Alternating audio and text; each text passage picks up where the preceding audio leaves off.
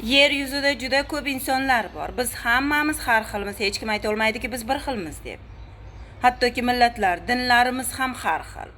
Bizning bo'yimiz, rangimiz, semiz ariqligimiz ham har xil.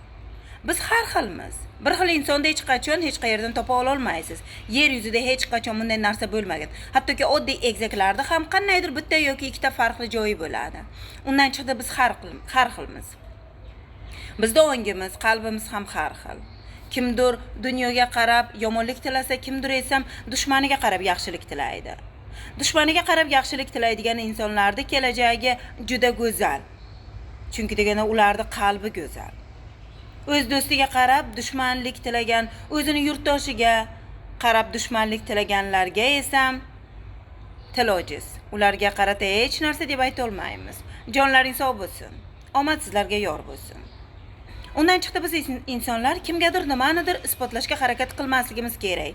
Masalan, men nima uchun kimgadir men o'zimni yaxshi inson ekanligimni isbotlashim kerak? Nima sababdan?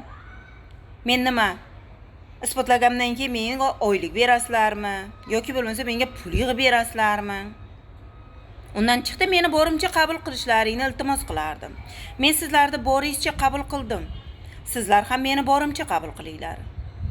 Men shunday insonmanki, menga bir marta yaxshilik qilgan insonga 1000 marta yaxshilik qaytarishga harakat qilaman.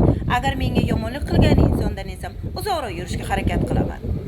Men qasd olishni sevmayman. Sizga ham shu narsani tilar edim. Insonlarga g'azab bilan, qahr bilan qarashni bas qiling. Chunki deganda har birimizning boshimizga tushadigan kulfatlar bor. Sizning boshingizga kulfat tushganda, sizga qasd qilib, sizga qahr bilan qarashganda, ana o'shanda tushunasiz, men nimalar dedim hozir.